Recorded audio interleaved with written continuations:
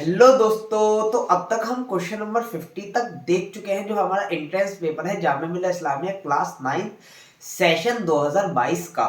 तो इस सेशन के अंदर हम जो है क्वेश्चन नंबर 51 से जो है 60 तक देखने वाले हैं, तो आप लोग बने रहिएगा। तो देखते हैं question number 51। The revolt of 1857 began from.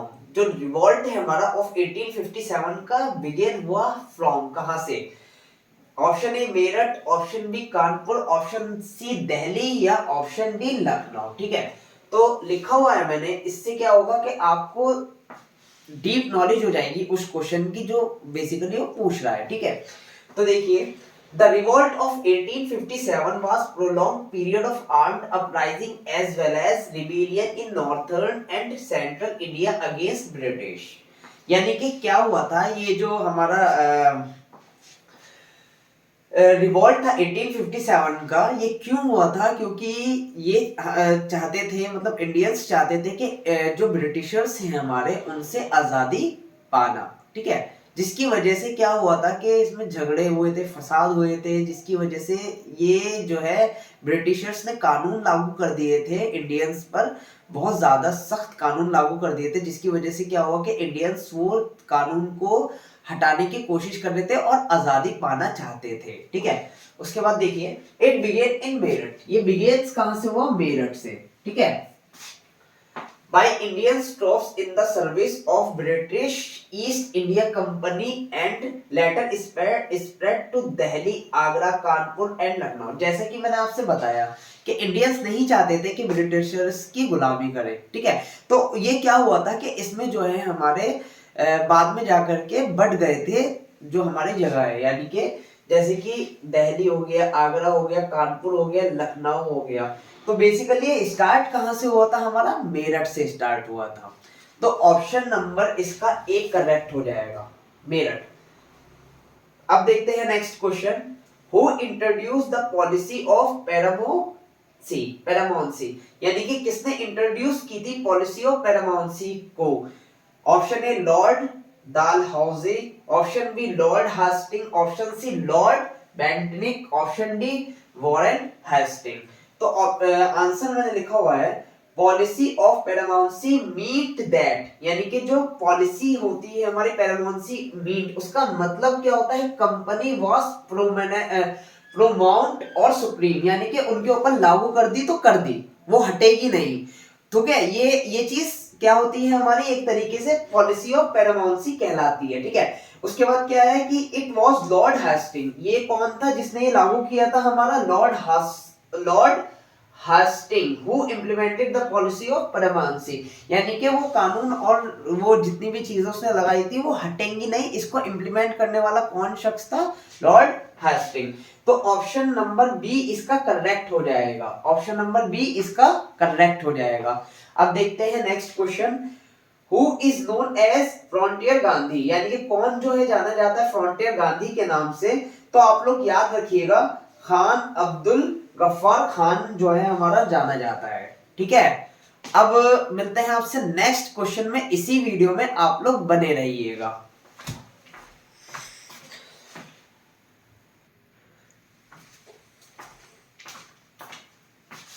So next question क्या है हमारा?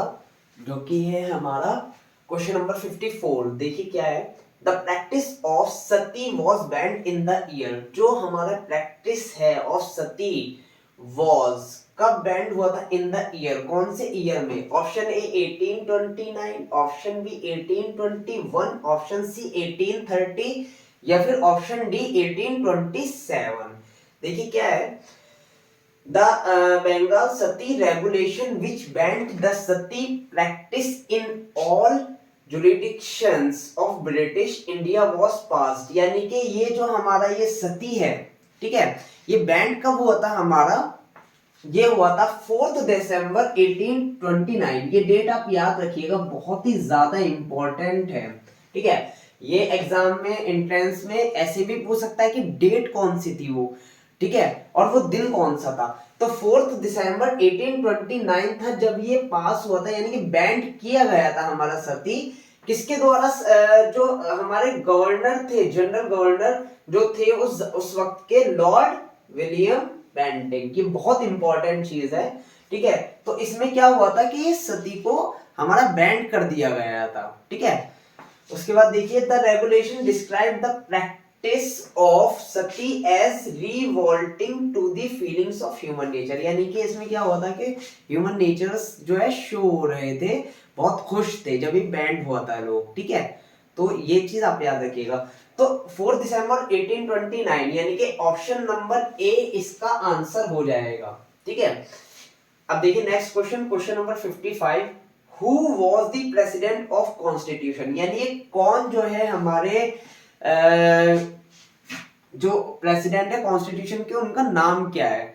हर कोई जानता है उनका नाम क्या है, बट मैंने लिखा हुआ है जिसकी वजह से क्या है कि आपको बहुत ही ज्यादा थोड़ी और नॉलेज हो जाएगी उसकी। वैसे तो हर किसी को पता है, डॉक्टर राजेंद्र प्रसाद ही हैं, ठीक है। बेसिकली उन्हीं के ऊपर है ये।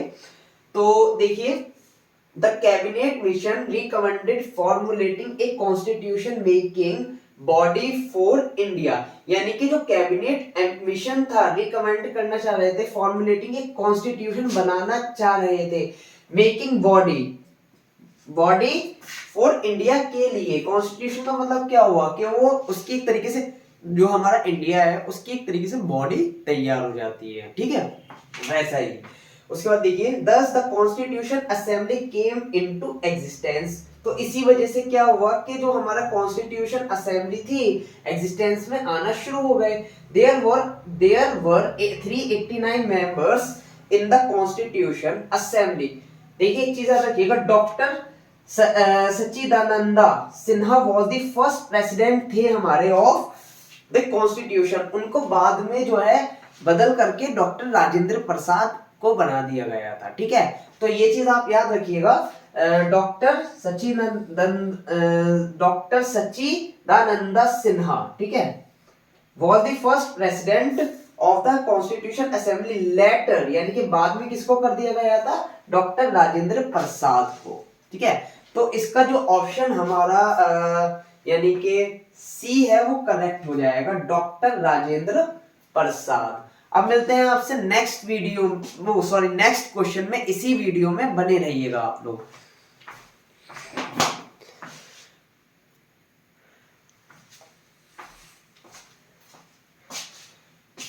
अब देखते हैं हम हमारा नेक्स्ट क्वेश्चन क्या है।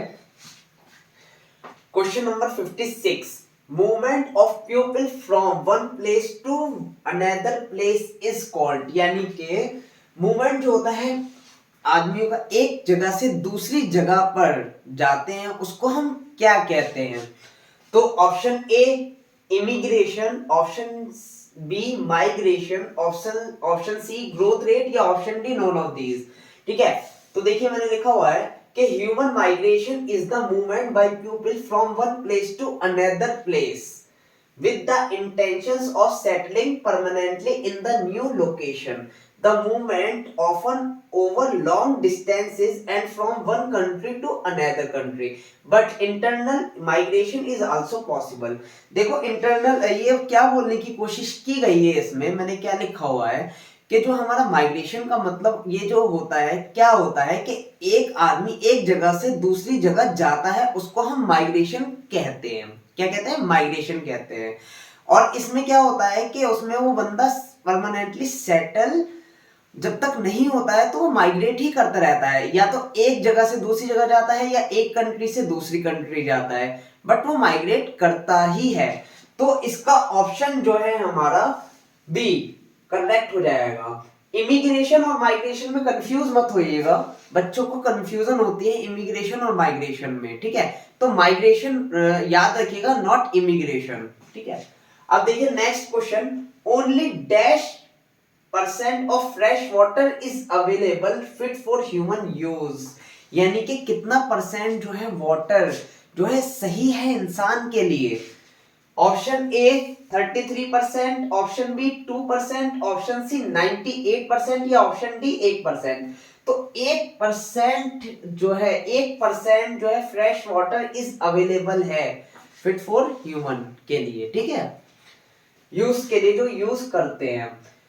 Petroleum is referred to as black gold because, देखिए ये वर्ड दे रखा है इसको, पेट्रोलियम को जो हम पेट्रोल यूज करते हैं, ये भी हमारा एक पेट्रोलियम गोल्ड क्यों कहा गया है इसको। जैसे हमारे हीरे हैं, ठीक है, हीरे हैं, सोना है, ये सारे क्या है हमारे कीमती हैं, ठीक है, कीमती है हमारे ये। तो ये जो है ऑप्शन जो होगा इसका, देखिए option A it is black in colour होगा, option B it is yellow in colour है, option C it is valuable है, या फिर option of D it is use making jewellery. तो इसमें से ऑप्शन सी जो होगा वो करेक्ट हो जाएगा, क्यों, क्योंकि ये वैल्यूएबल है, बहुत ही इंपॉर्टेंट है, ठीक है। इसीलिए हम जो हमारा पेट्रोलियम होता है वो एक तरीके से हमारा ब्लैक गोल्ड भी कहा जाता है, ठीक है। अब मिलते हैं आपसे नेक्स्ट क्वेश्चन में, इसी वीडियो के अंदर बने रहिएगा आप लोग।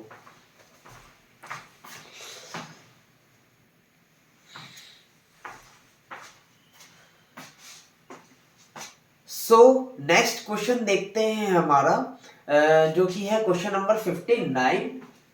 Major industrial region are located near, यानी कि मेजर इंडस्ट्रियल जितने बड़े बड़े इंडस्ट्रियल रीजन्स होते हैं वो कहां कहां पर लोकेटेड होते हैं। Option A desert, option B glacier, option C mountain, या ऑप्शन डी सी पोर्ट्स। तो देखिए मैंने लिखा हुआ है कि major industrial region in the world are located in temperature regions, यानी कि जितने भी, ठीक है, जितने भी बड़े बड़े इंडस्ट्रियल रीजन्स होते हैं वर्ल्ड के, वो कहां लोकेटेड होते हैं, टेम्परेचर रीजन्स में लोकेटेड होते हैं, ठीक है। जैसे हमारा हो गया सी पॉइंट पोर्ट्स हो गया and close to the coal field, sea port हो गए, ठीक है, कॉइल फील्ड हो गए, तो वहां पर हमारे बड़े बड़े इंडस्ट्रियल रीजन्स होते हैं, लोकेटेड होते हैं। तो इसका जो ऑप्शन नंबर डी है वो करेक्ट हो जाएगा, ऑप्शन नंबर डी है वो करेक्ट हो जाएगा। अब देखते हैं हमारा इस सेशन का लास्ट क्वेश्चन, जो कि है sex ratio is defined as the numbers of male, यानी कि जो सेक्स रेशियो डिफाइन कैसे किया जाता है, नंबर ऑफ मेल कैसे निकालते हैं। ऑप्शन ए पर 1000, ऑप्शन बी पर 100, ऑप्शन सी पर लाख, या ऑप्शन डी पर करोड़। ये मेल के अकॉर्डिंग है, ठीक है, मेल के उस कॉन्सेप्ट में पूछ रहा है वो। तो देखिए answer, sex ratio is defined as the number of female per 1000 male, याद रखिएगा, per 1000 male in a given population in a society that has males and female equal in number, the sex ratio is 1:1, यानी कि अगर हमारा जो female का ratio और mail का रेशियो आपस में बराबर रहता है तो उनका रेशियो कितना हो जाता है, 1:1 हो जाता है, ठीक है, 1:1 रहता है। उसके बाद क्या लिखा हुआ है मैंने, और 1000 फीमेल्स फॉर एवरी 1000 मेल, यानी कि हर एक 1000 फीमेल्स के लिए हर एक 1000 मेल होगा। तो इसका जो ऑप्शन होगा हमारा, यानी कि पर 1000, ठीक है, sex ratio is defined as the number of males per 1000, तो आंसर हो जाएगा। तो आशा करता हूं ये वीडियो आपको पसंद आई होगी, अगर पसंद आई हो तो प्लीज इसे लाइक करिएगा, शेयर करिए, कमेंट करिए और सब्सक्राइब करना मत भूलना। उसके अब मिलते हैं आपसे नेक्स्ट वीडियो में नेक्स्ट क्वेश्चन के साथ, जब तक आप इनको अच्छे से पढ़ो और ट्राई करो। Thank you so much.